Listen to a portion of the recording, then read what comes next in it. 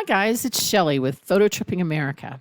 Today I thought I'd show you how I built a bed platform for the back of my Subaru Crosstrek.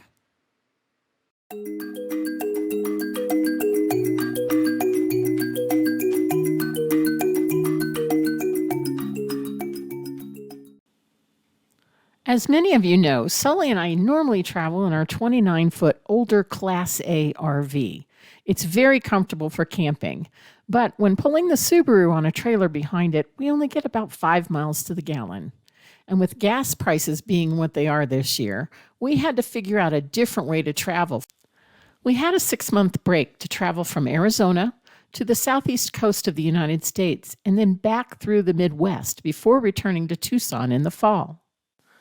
So because I can sometimes tempt the Crosstrek into getting up to 38 miles per gallon, I decided to make it our home on wheels for the next 6 months. Although he wouldn't be driving, Sully was on board with the idea, as long as he had that back seat to spread out in during the day. And for me, I needed a comfortable bed at night, although sharing it with a 75-pound golden retriever in such a small space was going to be a challenge.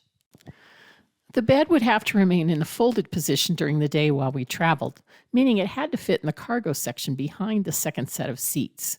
This measurement was 39 inches wide by 26 inches deep.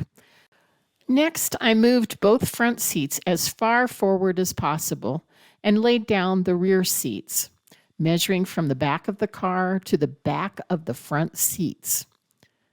This gave me the full length of a platform bed of 69.25 inches long, with a width of 39 inches, but I had to segment it so that I could fold it.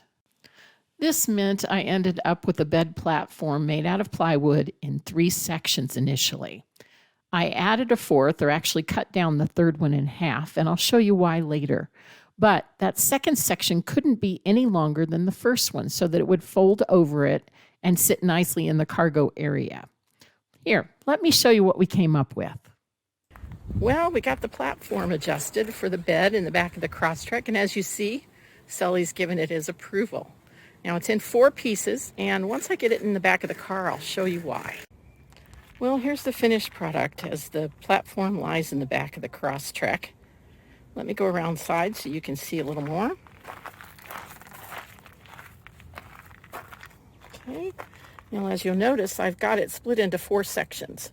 This back hinge lets the rest of the bed fold down upon it so that I can still raise the 2 back seats and use them. In fact, the cushions that we have will fold up and fit that space right on top of the platform, so I can carry it with me whenever and have automatic bed available if I fold down the back 2 seats. Now, I just added this 3rd hinge up here because I want to be able to leave the bed up during the day when we drive, but the platform is a little too long. I have to move the front seats back. So I want to be able to move those seats back and drive comfortably. So I made this last hinge so I can fold that platform on top of itself. And the cushions, when they lay on top, the end space is half the size of a regular one. So we can fold that back a little bit.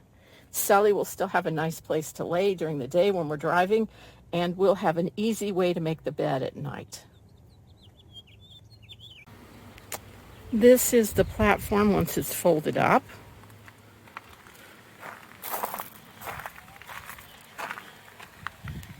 And as you can see, it fits behind the seats when they're put back in.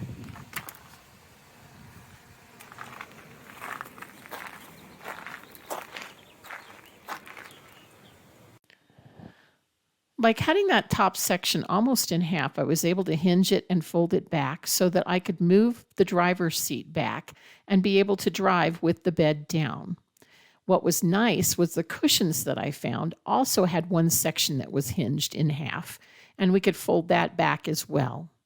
Now you'll have to do your own measurements to see how far back you like to have your driver's seat if you're going to do this. Here again are the measurements specifically for my Subaru Crosstrek. Now, my car is a 2016. If you are driving a Crosstrek, your measurements may be the same or they might be a little bit different. But either way, I would always suggest measuring at least 3 or 4 times And then what I did was go straight to Home Depot or Lowe's and have them cut the sections for you unless you have a wood shop on site. I happened to be staying at a campground when I built this, so I didn't have a lot of tools available to me. The other thing you'll note is that I did cut notches after I tried to fit this in the car because I found I was going to scrape the ceiling as I folded up or unfolded the platform each time, and those notches help save that. So let me walk you through the progression of putting the bed in the back, unfolding it at night, and folding it back up during the day. I start with a piece of fleece material underneath the cargo mat in the back, just to protect everything. Then I place the Subaru cargo mat over the top of that. I travel with a dog that's almost 9 years old, so with the bed platform out, it's a little high for him to jump in from the side door. So I do carry a dog ramp just in case we need it, and it works out well because it does provide a base to our plywood platform. And with that 2x2 stick in the middle, that's fitted up right where the hump is, where the seats fold down, and that also gives the platform a little more structure. Now, some people do build a platform for their platform. We didn't have a need for this because it's nice and level the way it is. The folded platform sits right on top of the ramp, and when you're getting ready to open it, you want to lay down the back seats. This is the platform extended with the top raised so that you can still drive. And here's the cushion that we found, a 4-inch cushion folded up at the front so that we can still drive, but maybe use it during the day if you wanted to. This is the fully extended bed platform and with the cushion fully extended as well. So you can see the difference when I have to move the seats all the way forward. Now, if you'll notice, I don't have to build supports for the front part of the bed because I use plastic storage boxes in the wheel wells. And that does a really good job of supporting my head, actually, where my head will be laying. Now, in the morning, you'll fold the platform back up and fold the cushions on top of it.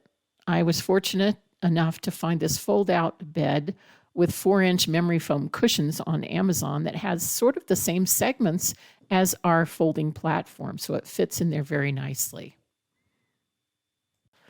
I normally store my pillows right behind the back seats before I fold them up.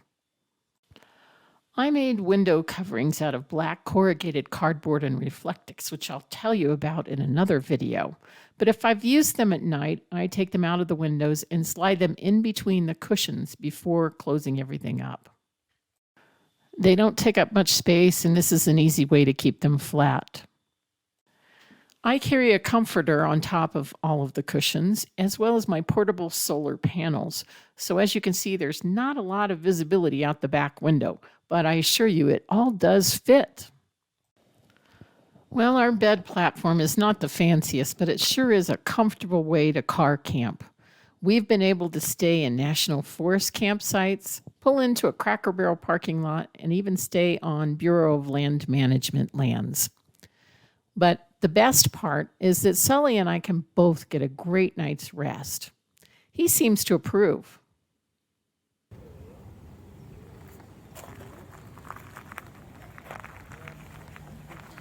Well, as you can see, Sully's enjoying the new bed platform with the 4-inch foam mattress. And he got in there using his new ramp. I'm so proud of him. I sure hope he likes car camping as much as he does RV camping. We're going to give it a shot this summer.